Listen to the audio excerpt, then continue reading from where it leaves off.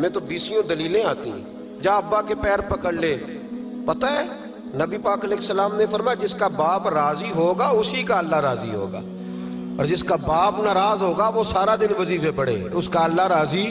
یہ ابو داؤد شریف کی حدیث ہے. نا جی بڑی مہربانی، پیسے نہ لائیے گا. اب بات سنیں، وہ بھی میں سمیٹنے کی طرف آ رہا ہوں، ختم کر رہا ہوں. آپ میری بات پہ توجہ رکھیں. عزیز بھائی، نبی کریم صلی اللہ تعالی علیہ وسلم نے جو اپنے غلاموں کی تربیت کی تو حضرت عمر فاروق کہنے لگے لکھ کے دو، لکھ دو. تو اماں کہنے لگی آپ لکھیں میں سائن کر دیتی ہوں. آپ لکھ دیں میں سائن کرتی ہوں. حضرت عمر نے لکھا فلاں بنت فلاں کو عمر سے شکایت تھی. پھر انہوں نے عمر کو معاف کر دیا. اماں سائن کرنے ہی لگی تھی، سائن کرنے ہی لگی تھی کہ مولا علی شیر خدا آ گئے، حضرت عبداللہ ابن مسعود آ گئے. اوہو عمر یہاں بیٹھے ہوئے ہو، میں سارے مدینے میں تلاش کر رہا تھا، یہاں بیٹھے ہو، وہ کچھ لوگ ملنے آئے، نکلو. اماں نے سنا کہ یہ عمر تھے تو اماں اٹھ کے کھڑی ہو گئی. آئے ہائے عمر تھے، آپ عمر تھے؟ تو جناب عمر کہنے لگے اماں تو نے جو کہا ٹھیک کہا، لیکن اپنے وعدے پہ قائم رہا، یہ ذرا سائن کر دے. اماں نے سائن کیے تو حضرت عمر فاروق فرمانے لگے علی آ گئے ہو تو بطور گواہ تم بھی دستخط کر دو.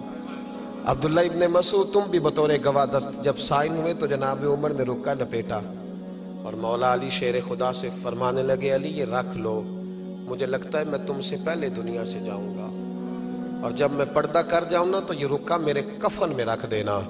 اگر حضور علیہ السلام نے پوچھا نا میری امت کے ساتھ کیا سلوک کر کے آئے ہو تو رکا نکال کے کہوں گا یا رسول اللہ ایک بوڑھی ناراض تھی میں اسے بھی راضی کر کے آیا. حضور یہ میں راضی. بھائی جب تک ہم اللہ سے نہیں ڈرتے معاشرہ اصلاح پذیر نہیں ہو سکتا. جب تک یہ وظیفہ پک نہیں جاتا کہ اللہ میرے ساتھ ہے اور اللہ مجھے دیکھ رہا ہے تب تک حالات بہتر نہیں ہو سکتے. جب انسان یہ وظیفہ پکا لیتا ہے تو پھر چونٹی پہ بھی ظلم نہیں کرتا، پھر وہ گدھے کو ڈنڈا مارتے ہوئے بھی سوچتا ہے.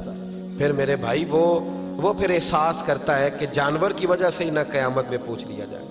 لیکن جب اللہ سے نہیں، ہمارے اب نہ تو مراقبے رہے، نہ ہم تنہا مصلے پہ بیٹھتے ہیں، نہ رات کو رب کریم کو مناتے ہیں. نمازیں ہیں تو وہ بھی ساری دکھاوے کی، اللہ ماشاءاللہ. ہمارے سارے معاملات میں دکھاوا اس تیزی سے آیا کہ روح کا وہ اجر اور دل کی وہ کیفیات ختم ہوتی جا رہی ہیں. رات مصلے پہ بیٹھے اپنی اصلاح کے لیے اپنے مالک کے حضور دعا کریں، اور سب سے بڑھ کر یہ کہ یہ ذہن بنائیں کہ میں یہ باپ مجھے بعد میں ملا، اماں مجھے بعد میں ملی، بچے بیوی بعد میں ملے، پہلے تو میں اپنے رب کے پاس تھا. اس وقت میرا کوئی رشتہ دار نہیں تھا، اور جب میں قبر میں جاؤں گا تو پھر بھی میرا اللہ ہی میرے ساتھ ہوگا. اور اگر اس کے بعد کوئی ہستی میرے لیے ابر رحمت بنے گی تو خدا کے محبوب کی ہستی بنے گی. میرے بھائی جس آدمی کے ساتھ انسان کو ہمیشہ کام پڑے اسے بندہ ناراض نہیں کرتا، اس کے ساتھ دوبارہ بھی مجھے کام پڑے گا. تو رب رسول کے ساتھ رشتے مضبوط کریں. ہم بڑے کمزور ہوتے جا رہے ہیں، باتوں کے گورکھ دھندے میں زندہ ہیں. کسی کو بھی چھیڑ لیں، جتنی مرضی باتیں سن لیں، کسی شخص سے بھی آپ ڈسکس کر لیں، جو مرضی اسے سن لیں.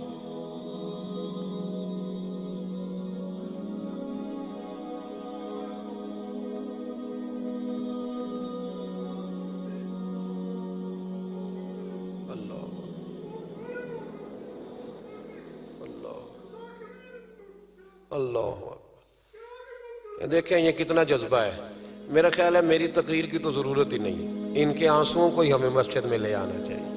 میرا خیال ہے یہ یہاں گفتگی کی تو حاجت ہی نہیں. آئیں گے مسجد میں آپ لوگ؟ ہلکا پھلکا ہی انشاءاللہ کہا ہے آپ نے. چلو پکے نمازی کئی دفعہ کہتے ہیں ہمیں نہیں انشاءاللہ کہنے چاہیے، اسی تو پہلا بھی ہونے ہیں. اور بھائی کہہ دیا کریں، مہربانی کریں کہہ دیا. آئیں گے انشاءاللہ تعالی. ایک بات سن لو ایک بات. انہوں نے رخ موڑ دیا ورنہ میں بات کسی اور طرف کر رہا تھا. نبی پاک صلی اللہ علیہ وسلم کی حدیث ہے مسند امام احمد بن حنبل، فرمایا من ترک صلاۃ متعمدا، جس نے نماز چھوڑی جان بوجھ کے، فقط کفر، حضور فرماتے ہیں اس نے تو رب کے رب ہونے کا انکار کیا. اللہ کے حضرت غوث اعظم رضی اللہ تعالیٰ عنہ نا، ادھر دیکھو میری طرف. اصل مصیبت یہ ہے، ایک صاحب نے مجھے آ کے کہا میرے لیے دعا کریں میرا نماز میں دل نہیں لگتا. تو میں نے کہا نماز آپ کا مسئلہ ہی نہیں، نماز مسئلہ ہی نہیں آپ کا. مسئلہ اہمیت ہے، مسئلہ میں اپنے کسی سنگی کو فون کروں نا کہ 12 بجے آ، تو اگر تو میری کوئی اہمیت اس کی نظر میں ہوگی تو 12 بجے آ جائے گا کہ نہیں آئے گا؟ صحیح بتائیں. اور اگر میری اہمیت نہیں سمجھے گا تو آئے گا؟ میں نے کہا مسئلہ دل لگنے کا نہیں. دل تو کئی دفعہ بندے کا پیسوں میں بھی نہیں لگتا تو پھر چھوڑ جاتے ہیں لوگ دولت. کئی دفعہ بچوں کے ساتھ بھی دل نہیں لگتا، اچاٹ ہو جاتا ہے تو چھوڑ دیتے ہو. مسجد میں دل نہیں لگتا تو میں نماز نہیں پڑھتا. مسئلہ دل کا ہے ہی نہیں، مسئلہ اہمیت کا ہے. حضور غوث پاک نماز پڑھ کے، عصر کی نماز پڑھ کے باہر نکلے تو ایک نوجوان گلی میں کھڑا تھا. تو حضور غوث پاک فرمانے لگے تو بڑا دلیر ہے بھائی، بڑا دلیر ہے تو، بڑا. کہنے لگا حضور میں تو کمزور ہوں، یہ آپ کیا کہہ رہے ہیں؟ فرمایا بڑا دلیر ہے تو. اس نے کہا کیا ہوا؟ حضور غوث پاک فرمانے لگے مجھے تو کوت والے شہر بلائے، SHO بلائے تو مجھے جانا پڑتا ہے، نہ جاؤں تو ڈر آتا ہے، اور تجھے رب نے بلایا تھا تو گیا ہی نہیں. بڑا دلیر ہے، تیرا خیال ہے دیکھ لوں گا. او بھائی خدا را، نماز کی تو کلیریفیکیشن ہی کوئی نہیں. کوئی دیکھے نا، ہمیں وہ وقت یاد رکھنا چاہیے نا کہ حضرت سلمان فارسی فرماتے ہیں کہ حضور کو تکلیف تھی قدموں میں. بظاہر حضور کو سخت بخار تھا، بظاہر بڑی کمزوری تھی، پر پتہ ہے نبی پاک کا مسجد سے پیار کتنا تھا. حضور نے فرمایا میں نے کئی نمازیں گھر پڑھی ہیں، مجھے مسجد لے جاؤ. تو فرماتے ہیں کہ ایک طرف حضرت قسم بن عباس نے پکڑا تھا، ایک طرف مولا علی شیر خدا نے، اور حضور نے کندھوں پہ ہاتھ رکھے، اور جب مسجد آ رہے تھے تو میری آنکھیں برس پڑی، اس لیے کہ مقدس قدم صفوں کے ساتھ لگ رہے تھے. بظاہر کمزوری تھی، پھر بھی مسجد میں آ کے 17 نمازیں رسول پاک نے پڑھی. وہ کیسا مسلمان ہے جس کا مسجد سے پیار نہیں؟ حضرت بابا فرید گنج شکر سے ایک شخص نے کہا تھا میرا دل سخت ہو گیا، تو آپ نے اس کے ہاتھ میں جھاڑو دے دیا. کیا کیا؟ بول کے بتائیں جی.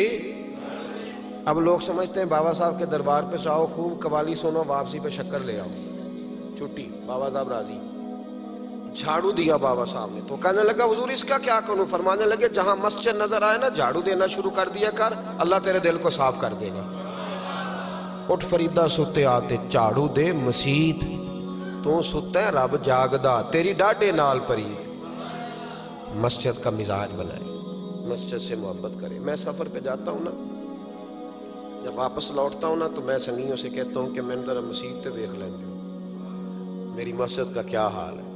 مسجد ایک حسن ہے، ایک وفا ہے جس کا بڑا دل ٹھنڈا کرنے کو دل کرے نا. میرے اسا وظیفہ بتایا کرتے تھے، ایک شخص کہتا حضور اندر بڑا تکبر ہے، تو فرمانے لگے مسجد کے باتھ روم دھویا کر. جی نہیں تسی نہیں غور کیتا میری گل تے، کہ کام ہی بابا اوکھا دسیا میں مسجد کے. اس نے کہا کیا ملے گا؟ تو آپ فرمانے لگے یہ نہیں سمجھنا کہ یہاں چودھری آتا ہے، یہ نہیں سمجھنا میرا شریک آتا ہے، سمجھنا یہاں اللہ کے مہمان آتے ہیں. اور بندے کا گھر سمجھ کے تو ہم یہ کر ہی نہیں نہ سکتے گھر کس کا ہے، تو پھر کوئی دقت تو نہیں نہ ہونی چاہیے.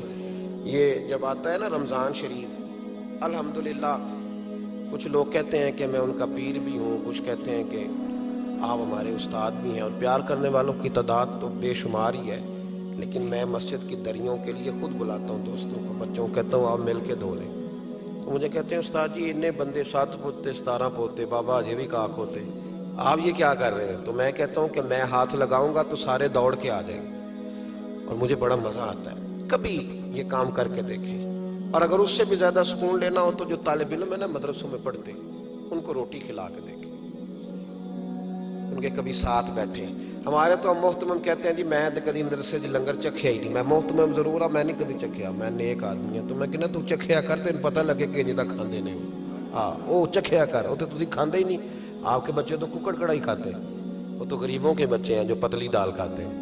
اس لیے مسجد سے پیار کریں، مدارس سے پیار کریں، مسجد کا کبھی ناغہ نہ کریں، مسجد کا کبھی ناغہ نہ کریں. امام شافعی فرمایا کرتے تھے جو لوگ مسجدوں میں آنے جانے کے عادی ہوتے ہیں مسجد قیامت کے دن انہیں ڈھونڈتی پھرے گی کہ یا اللہ جی آیا کرتا تھا اسے بلا، مسجدیں ڈھونڈیں گی. آئیں گے انشاءاللہ تعالی. نوجوان بالخصوص توجہ کریں مسجد کی طرف. جوانی میں عادت نہ بنے تو بڑھاپے میں بالکل نہیں بنتی. جوان نماز پڑھے گا تو بڑھاپے میں عادت ہوگی. اللہ تعالیٰ سمجھنے کی توفیق عطا فرمائے. اللہ کو رضا دے. اب میں نے ادھر بھی جانا ہے. تو آپ نے پہلے بھی بتایا تھا، پھر تو میں آیا ہوں تو پتا چلا کتنا فاصلہ ہے. آپ تشریف رکھیں. یہ بڑے پیارے ہیں, یہ بڑے پیارے ہیں, محبت کے ساتھ فرما دیا. محبت ہوتی ہے نا جو کھینچ لاتی ہے لوگوں کو. تو یہ گئے تو جو بچہ ترتیب دیتا ہے تو اس نے کہا نہیں مشکل ہے, چونکہ مشغولیت کافی زیادہ 3 دنوں میں, تو میرے پاس آئے. تو بس طبیعت میں رنگ اس طرح کا تھا, میں کیا بھی انہوں نہ کریں اس بندے نے, جائیں گے انشاءاللہ. ان کا فائدہ یہ ہوا کہ کتنے کتنے اچھے لوگوں سے ملاقات ہو گئی. اور یہ بزم مجھے اس لیے بھی یاد رہے گی, اور یہ ہمیشہ یاد رہے گی. کسی شخص نے رو کے کہا ہے کہ لوگ نمازی بن جائیں. آپ یقین کریں میں بڑا راضی ہوا اس بات سے. یار کوئی رو کے کہہ دے, وہ کوئی بھی ہو, دل ٹھنڈا ہو گیا, روح ٹھنڈی ہو گئی. اللہ آپ کو سلامت رکھے.